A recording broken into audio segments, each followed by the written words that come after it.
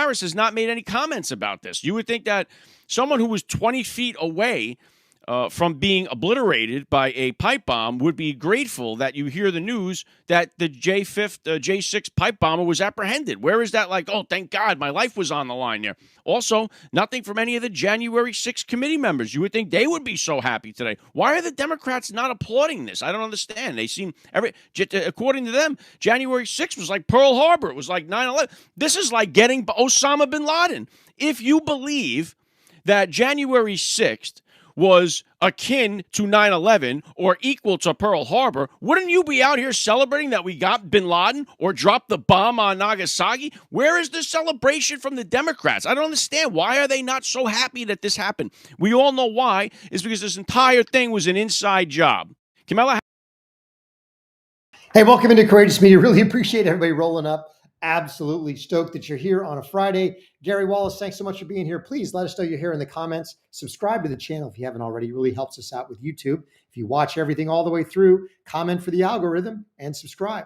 Now we got to get into this pipe bomber story because it just keeps growing. They have identified the pipe bomber. We talked about that yesterday, but now we know a little bit more about Brian Cole Jr. And just like this gentleman said, where are all the pundits? Where are the J6 committee members? Where's Kamala Harris? Where's everybody who was involved in illegally locking up 1,600 American patriots for doing nothing more than expressing their right to free speech? Where are all these people who were calling for prosecutions of insurrectionists? Where are they calling for the prosecution of Brian Cole? Where are they coming out of the woodwork demanding that he be, extradited underneath the prison in DC? Wow, no, nary a word, absolute silence. Why? Because he's absolutely right. This was an inside job from the get-go.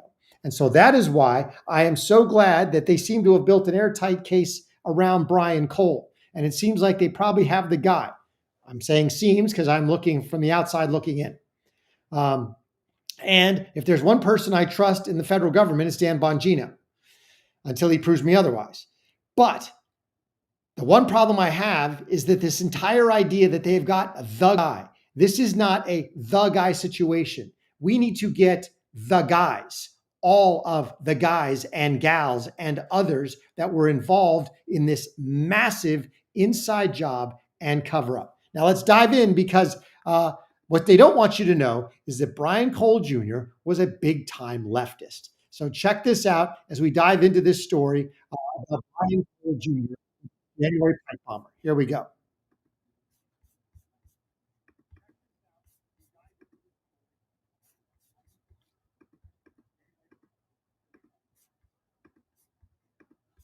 Work of President Trump's administration. Authorities spent the majority of Thursday outside Cole's home in a Washington suburb. According to court documents, cell phone pings indicate Cole's cell phone was in the area of the RNC and DNC the night of the crime, January 5th, 2021, the night before the U.S. Capitol riot. And looked at the providers and what information they provided pursuant to search warrants at the time and asked questions such as why weren't all the phone numbers scrubbed and why weren't they connected and why wasn't there any geolocational data done? Now, that is either sheer incompetence or complete intentional negligence, and neither of which is acceptable for this FBI. I wanted you to play that clip. So exactly correct. All of the data that Dan Bongino and his team used to catch Brian Cole Jr. was in the hands of the FBI for the last 5 years. They knew it was there. Now, so you either have to believe that it's complete and utter incompetence, which no. This was a cover-up from the get-go. Remember, the FBI told us that the cell phone data was corrupted. Well, here they are using that exact same corrupted cell phone data to nab the guy. The cell phone companies told the federal government, no, that data wasn't corrupted when we handed over. So if it's corrupted now, it's because it became corrupted in their possession. So this whole thing was a cover-up from the get-go. I want to know. I want an airtight case against Brian Cole, but even beyond him, he is the least important. Who covered this up? Who else was involved? Check out Dan Bongino as he appeared on Fox News last night. Check this out.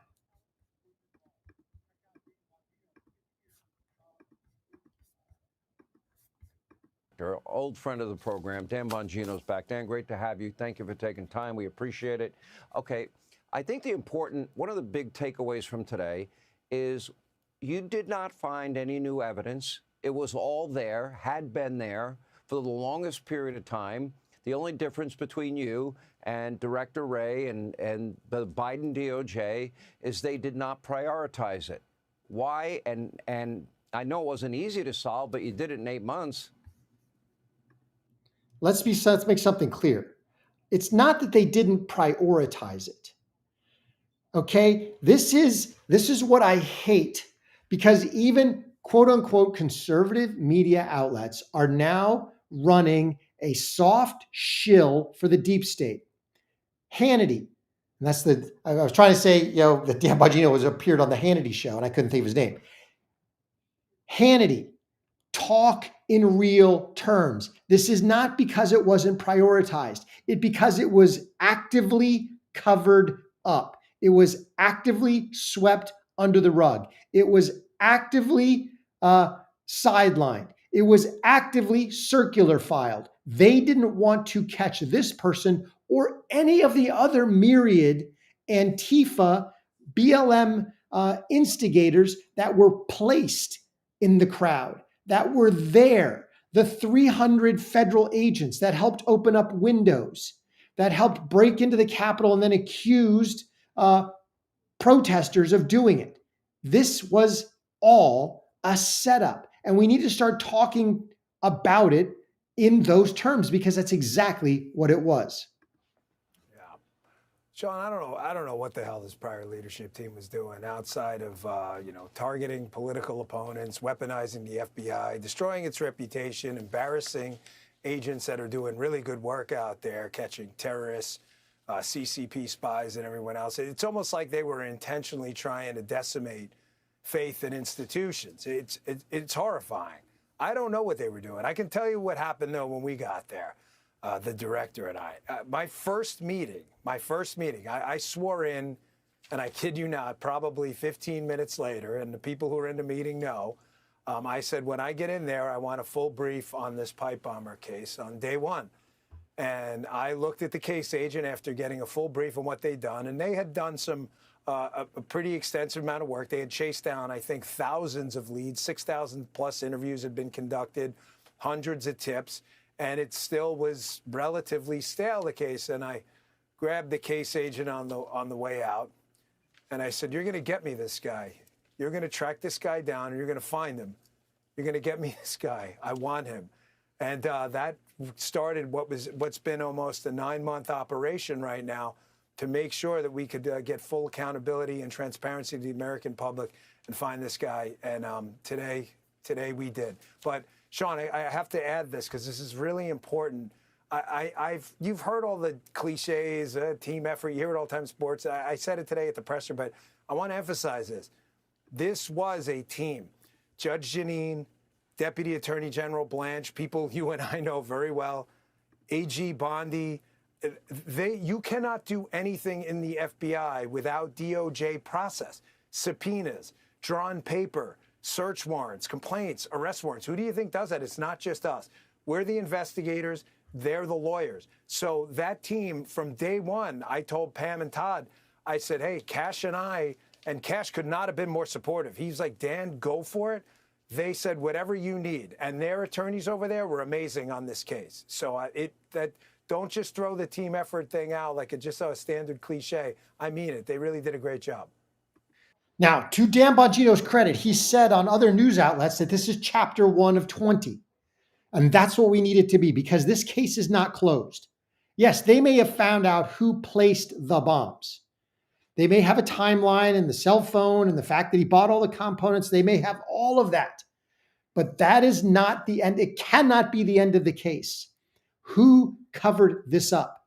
As Dan Bongino said on his radio show before he was deputy director of the FBI, if they were placed the night before, that means the timers were set to a specific time and that they were discovered at that specific time, because they were only hour kitchen timers. So if they were sitting there at 12:40 when the bombs were discovered, that means they were set there and turned off. But the FBI didn't tell us that. When they found him, they said, oh, no, no. You know, they were timers. They were set to go off at 1 o'clock, and we found him 20 minutes early. Okay, that's a cover-up. That's a lie. If they were set the night before, that's how it had to be because they're our kitchen timers. But as Dan Bongino said, if they were set the night before and they had explosive material in them, how did the Secret Service bomb detection dogs not catch them?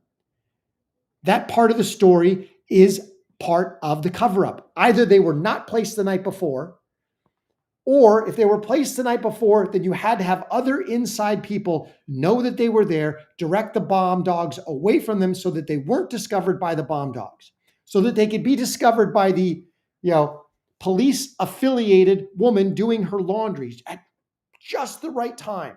This whole thing is an inside job. Everybody who's looking at it now knows it's an inside job. We have to start calling a spade a spade. And I need Dan Bongino to make sure this is chapter 1 of 20 and that we get all of the other individuals who were involved in this thing. Now, what we know of Brian Cole is that he was an absolute rabid leftist. So Brian Cole Jr., first of all, let's make something clear. So we'll show the picture. He is a young black man. He's not white. Regardless of what Jake Tapper says, we'll get into that as a little comic relief in the middle of the show. No. He's a black man. He's a radical Trump activist, anti-Trump activist. He sued Trump and ICE and the DHS. He's a big racial justice advocate on social media. His family owns a bail bonds company for illegal immigrants. So not only do they try to get illegal immigrants to stay in the United States, but they take advantage of them, charging them exorbitant fees to try to give them some level of hope that they can stay here. We know that he is a radical left activist. The FBI couldn't find this guy for the last 4 years, but really 5 years. The FBI didn't fail to catch him. Betty Joss is absolutely right. They protected him. They covered it up. They made sure he didn't get prosecuted. Now, so why don't you take a look at that picture? Because like I said, we have a little comic relief. Here's Jake Tapper. You're not going to believe this nonsense. Here's Jake Tapper talking about the pipe bomber. Welcome. He's been arrested. Check this out. Welcome to The Lead. I'm Jake Tapper. After nearly 5 years of investigation, the FBI finally announced that they had arrested a suspect accused of planting pipe bombs near the Republican and Democratic National Committee headquarters the night before the January 6, 2021 Capitol attack. Brian Cole Jr., a 30-year-old white man from... I can't make this up. I cannot make this up. Really appreciate everybody rolling up. Gary Wallace, Texas daughter in the house. Thanks so much for being here. Let's just replay that because it's just too good to be true. It's ridiculous. Here we go again. Brian Cole Jr., a 30-year-old white man from the D.C. Does he look white to you? I mean, I don't know. I personally, I'm white. I'm one half Danish, right? I'm white. I'll try to do a side-by-side.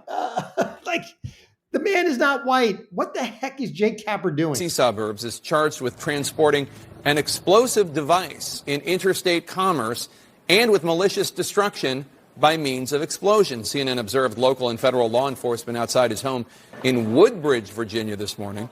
So we've got Brian Cole Jr., who's a white man, according to Jake Tapper. And Team Mimi 77, you're absolutely correct. This was an inside job.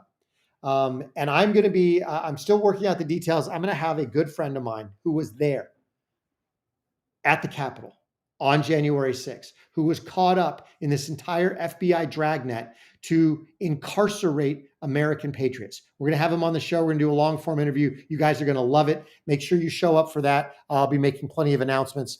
We'll probably do it on our sister channel, the Chris Highland Show, so that we can set it up, announce it in advance, and have it up for a day or so before we actually go live.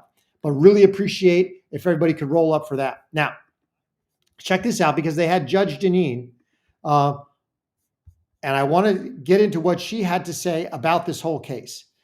She identifies him as Brian Cole, and she talks about the process that they went through. And I thought this was pretty enlightening. Check this out. Other than Judge Jeanine Pirro, of course, D.C. U.S. Attorney. Judge, this is a huge deal. Americans, I think, had begun to think this would never be solved. This case would never be people would never feel good about this because of what happened. Explain the key piece of information in your mind that cracked this case. Well, Americans had a right to feel that this case would never be solved because it was clear that the Biden administration did not make this a priority. Within a couple of months of the finding of these pipe bombs, they pulled agents off this case. When President Trump came in, he made a decision that he was going to reinvigorate the investigation. Kash Patel, Dan Bongino made a decision that we were going to look at this, reanalyze evidence. And what I said there was clear. 3 million pieces of data, and we had to find the commonality. We had to find what was common when you had a pipe bomb made of a pipe, end caps, wires that were red and black, as well as a 9-volt battery and some. There was also these some are common items. These are very common. You find them around items. the house, but for example, there were end caps that we had to analyze. 233,000 of those end caps were sold. We had to, the FBI, to their credit, Kash Patel, Dan Bongino did an incredible job. All of the agents did. They looked at every one of these end caps, found out who bought them, and tried to figure out who was the common person with the end caps, with the pipes. Cell phone pings. Cell phone pings that connected with the defendant walking along that area with the video that we had. When we had the pings, when we realized that his cell phone is pinging exactly where he's walking, we knew we had someone. But we didn't stop there. We had to get all of his receipts. He's been buying these this kind of equipment since 2019. And by the way, so we need you now to not stop here. This is not the case is solved. This needs to be the case has been broken wide open. You need to take Brian Cole Jr. and stick him in an interrogation room and sweat this out until you know who put him up to this, who told him to do it, who paid him to do it, who covered it up, who facilitated it. This is not just him. This goes to the entire broad-based cover-up. Who found the pipe bomb? How did they know to look there? How did the Secret Service there's dog-sniffing dogs, not smell this the night before? This whole thing is just part of a larger inside operation. It cannot stop here. It cannot. We have to plumb the depths of this case and understand every single person who was involved. To Mimi 77, you are absolutely correct. It was an inside job. There were hundreds of federal agents and informants in the crowd. There were Antifa dressed up as MAGA in the crowd. You've got the pipe bomb set specifically to stop the potential investigation into the 2020 election results. It was set specifically and timed specifically so that it would be found so they could declare an emergency and throw out the Senate rules that allowed for senators to raise motions to delay the certification of the election results. That's what all this was about. And we cannot stop here. Dan Bongino, Jeanine Pirro, Kash Patel need to keep pressing. Who else was involved? That's what we need to know. Hello, Victoria Rose. Thanks so much for rolling up. And so that's the big questions that I have. We cannot stop here. Let me know what you think in the comments. If you think he was a lone bomber, but check this out from Jeanine before we exit off this. Kind of has a very low profile. Yes, he lives with his mother, his family. Bail bondsman office. Bail bondsman that his father owns. He does very little.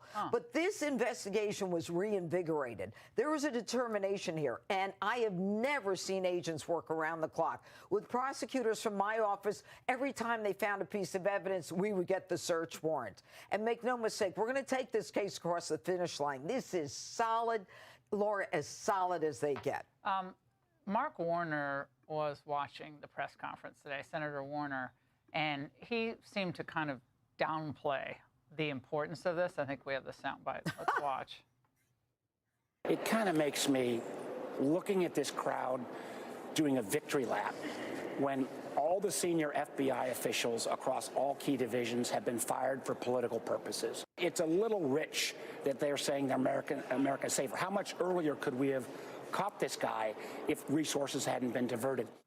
How much earlier? Well, maybe he should talk about the fact that the Biden administration had this. That's how much earlier, Senator. You had 4 years to solve it, and you didn't. So I don't want to hear this nonsense from the Democrats. This case was solved because of President Trump and this administration making it a priority. And, Laura, the well-being of any society depends upon whether or not people feel safe.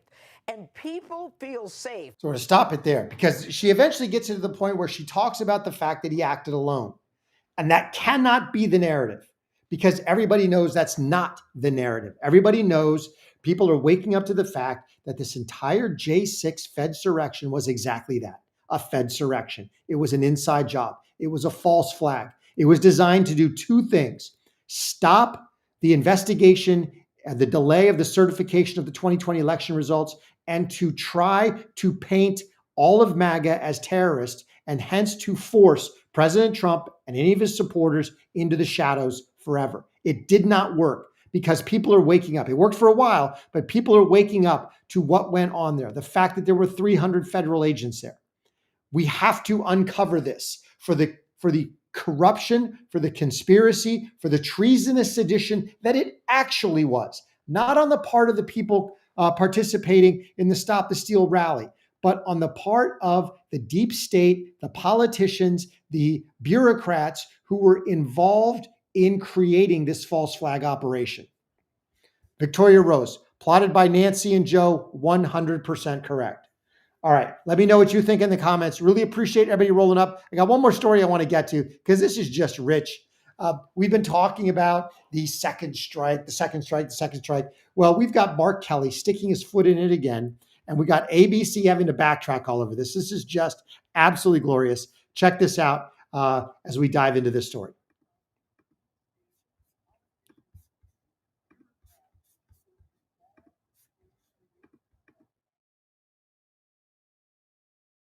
And tonight, new information. According to a source familiar with the incident, the two survivors climbed back onto the boat after the initial strike. They were believed to be potentially in communication with others and salvaging some of the drugs. Because of that, it was determined they were still in the fight and valid targets. A JAG officer was also giving legal advice. So again, David, that video will be key, and Admiral Bradley will be on the Hill tomorrow behind closed doors. Hey, welcome back to Greatest Media. Thanks so much for being here. Please, again, smash that like button, subscribe, turn on the notifications. Really appreciate everybody rolling up. So you've seen that, you heard that. We've got ABC actually admitting that the entire narrative of the second strike, of kill them all, of this is an illegal order, this is against the rules of armed conflict, is absolute, complete, and utter nonsense. The rules of armed conflict state that you can determine something a military target and you can go destroy it. If in your first strike you don't destroy it, you can keep striking it until you destroy it, even if there are wounded individuals there. Now, if you take out a military target, if you destroy it and there are wounded people, you cannot then go back and specifically target the wounded people. That would be against the laws of armed conflict. That would be against basically the Geneva Conventions that everybody signed on to. But if those wounded people are in a viable military target that is still viable, you can bomb the heck out of it as many times as you want, because it's still a viable military target.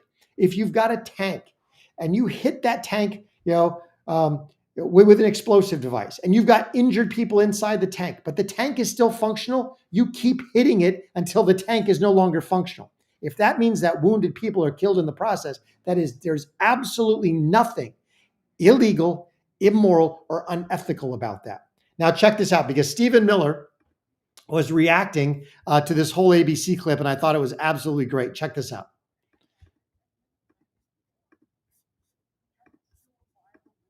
Advice. This backs up the entire second strike. Yes, I mean, it just doesn't get more crystal clear than that. The mission is take out the boat, stop the drugs, keep this vessel and its cargo from reaching our shore using lethal means. And our amazing military, the heroes of the United States Armed Forces, did exactly that. President Trump, Secretary Hegseth, and this entire government are committed to finally using our military to defend our people, our borders, our family, our culture, our history, our heritage, to defend the United States. We're not going off running around the Middle East trying to build democracies in caves and deserts and in distant sands that have never known democracy. We're using the military to protect American security, American prosperity, American lives right here where we live, where our children live. Tonight, 100%. Absolutely. So you got ABC having to backtrack because now they have the information that after the boat was struck, 2 survivors, whether they were wounded or not, they don't know. They climbed back up onto the boat. They felt that they were in radio communication with other assets. They were trying to salvage the drugs. That means the boat, as a military target, was still a viable military target.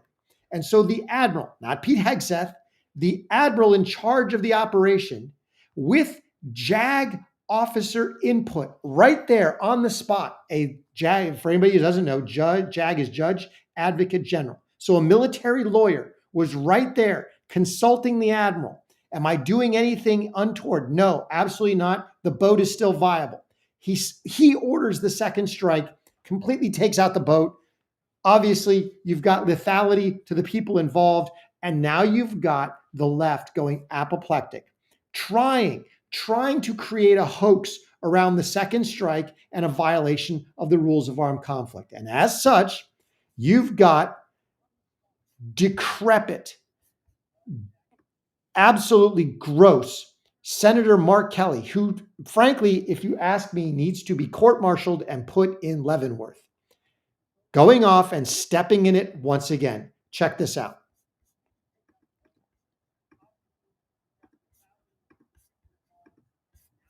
You can certainly go to the judge, advocate generals, the lawyers, and have a discussion about it. If you don't have time, you just say simply, I'm not going to do that. That's against the law.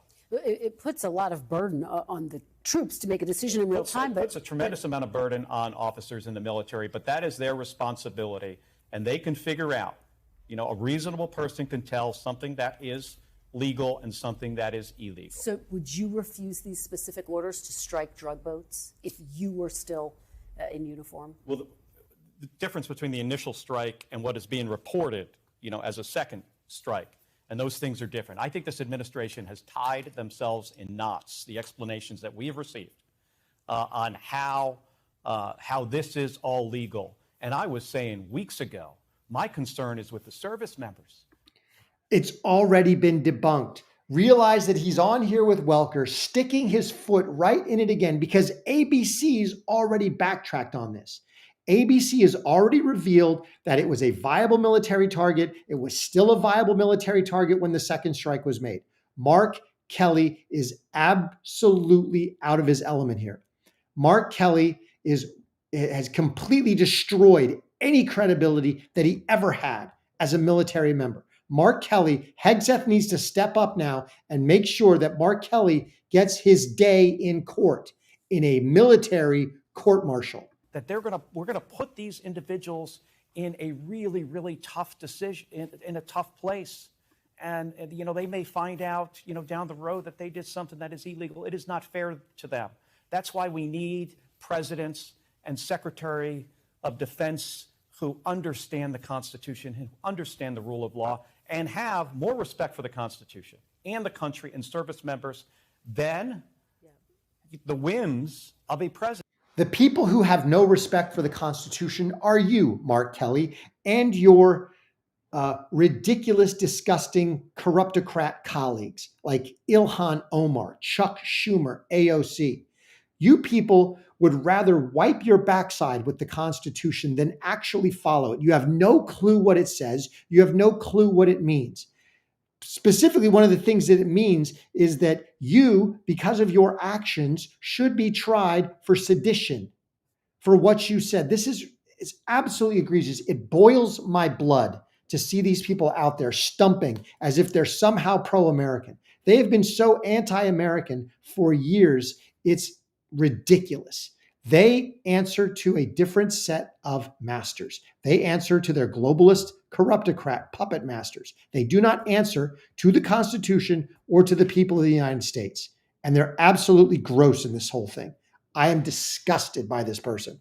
I need to see Hegseth absolutely take him to the mats with the UCMJ.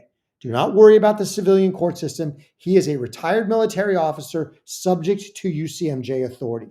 Let me know what you think in the comments. Really appreciate everybody rolling up. Thanks so much for being here. I want to see action against these people. I want to see real accountability. Until we have real accountability for all of the perpetrators and co-conspirators in J6, until we have real accountability for all of the perpetrators and co-conspirators in the lawfare against Trump, in the rigging of the election that we now know was rigged. The Dominion machines were rigged. We know that from Elon Musk. Until we have real accountability for all of the seditious six and their quote unquote colleagues, their co-conspirators, until we have real accountability, we will not have justice or an institution or a set of institutions that people trust in America. We want to trust our institutions again. There needs to be real material accountability for all these people. Let me know what you think. Really appreciate everybody rolling up. Thanks so much for being here. Remember, God is good and he is sovereign. It'll all be good in the end. Till I catch you next time, have a great weekend.